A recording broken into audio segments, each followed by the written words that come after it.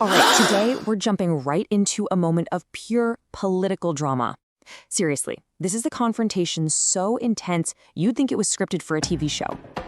We're looking at the testimony of Sarah Jane Trent before a parliamentary commission, where what should have been a routine inquiry just completely spiraled into this raw, emotional cross-examination.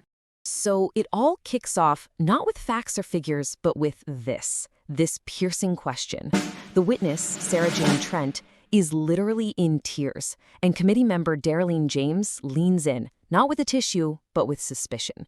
This single question just sets the whole stage for everything that's about to unfold. And right away, we have our central mystery. Why the tears? From this one emotional breakdown, two totally opposite stories are about to emerge. So Trent's side of the story is that she's suffering from post-traumatic stress disorder. She says a memory of a past abduction just came flooding back. She's trying to explain that the emotion was just overwhelming and honestly pretty embarrassing for her. She's really asking for some understanding here. Yeah, but Darlene James is not buying it, not for a second. She immediately flips the script on Trent, telling her, "You are not the victim here. South Africans are the victims."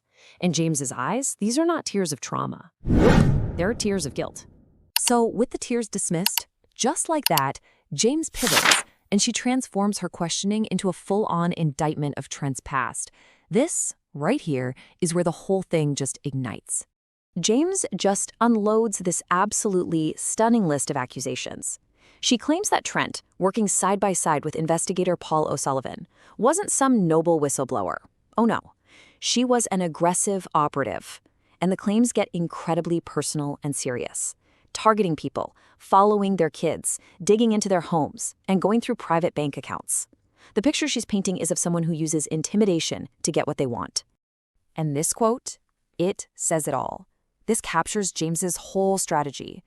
She's basically justifying her tough questioning by calling it poetic justice.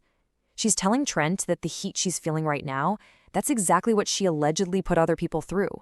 This isn't just an interrogation, it feels like a reckoning. Okay, so just when you think it can't get any messier, the drama shifts. It moves from her past actions to her current loyalties, and it reveals this incredibly complicated network of people that just raises even more questions. James hones in on something that seems pretty simple, but is actually critical: Trent's career. She asks who she works for now. It sounds like a basic question, but it's a trap, designed to expose a massive conflict of interest. And boom, here it is, the tangled web. Trent admits she's now working for a guy named Mike Miller. Okay, but at the same time, her old boss Paul O'Sullivan is representing Zunade Modi. And here's the kicker. Miller and Modi are in the middle of a huge business fight. It's like a soap opera, all the same characters, but they've all switched sides. Let's just be crystal clear about this. This means Trent is now professionally fighting against the very man she used to work hand in glove with. This just throws a huge shadow over her entire testimony. I mean, you have to wonder, is she here to tell the truth, or is she here to win a battle for her new boss? So with this conflict of interest just hanging in the air, James goes for the jugular. She starts pushing Trent on the real reason she left O'Sullivan. She senses there's a much deeper, more personal story hiding under the surface. James just puts this theory right on the table, that Trent was basically abandoned by her mentor, but for some reason, she's still protecting him. It's a direct challenge. She's painting Trent as this pawn who got sacrificed, but is still trying to play the game. And at first, Trent tries to hold her ground. She insists she never saw O'Sullivan do anything wrong, that there's just nothing to hide. She's really trying to keep it together and stick to the script. But under all that relentless pressure, the dam just breaks. In this incredibly raw moment, Trent admits the truth was way more personal. She describes her old life as destructive, self-destructive, and confesses that she literally had to get out for her own sanity. This is the first real crack in her armor.